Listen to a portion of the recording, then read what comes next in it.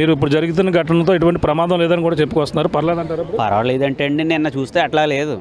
నిన్న పొగలాగా వచ్చేసింది, మంచు కురిసినట్టు కురిసింది. అక్కడ అసలు ఎవరు ఏం చేస్తున్నారు ఏంటి అనేది అసలు జనాలకే తెలియలేదు. మేము అందరికి గ్రామస్తులందరికీ నేను ఇక్కడ వచ్చి చూసి గ్రామస్తులందరికీ చెప్పడం జరిగింది.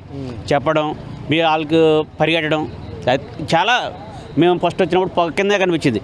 ఒక గంట సేపు కూర్చున్న తర్వాత ఒకసారి బ్లౌట్ అయింది. బ్లౌట్ అయితే మళ్ళీ వెళ్ళిపోయి మళ్ళీ వచ్చేటప్పుడు మళ్ళీ రెండోసారి ఫైర్ అయింది. ఫైర్ అయితే అది బాగా తెలిసింది జనాలకి తెలిసి అది ఇంకా పరిగెట్టిపోయారు జనాలు, బెంబేలు ఎత్తిపోయారు. అసలు ఇక్కడ ఏం జరిగిందనేది అసలు జనాలకే తెలియలేదు. అసలు ఇక్కడ ఇది బ్లౌట్ ఉంది, ఇక్కడ వైద్యుసి ఉందన్న సంగతి తెలియదు. అసలు అంత అలాగే అయిపోయింది జనాలకి అండి. అంటే పగల జరిగింది కాబట్టి పర్లేదు.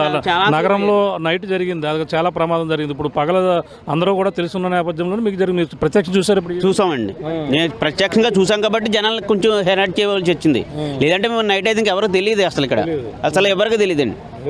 ఇప్పుడు నిన్న కంట్రోల్ ఏమైనట్టు కదా, పర్లేదు కదా? నిన్న మేము చూస్తే చాలా 100% కొంచెం 50% తగ్గినట్టు అంతే. ఇంకా వారం రోజులు ఉంటుంది అంటారు మరి? వారం రోజులు దాటుతుందండి, అది దాటుతుంది ఖచ్చితంగా. ఇంకా ఎక్కువే ఉన్నది. అది వాటర్ కొట్టడం వల్ల కొంచెం మనకి దగ్గర రాగలిగాం, కానీ లేకపోతే దగ్గర రాలేమండి ఇంక ఇప్పుడు ఇది.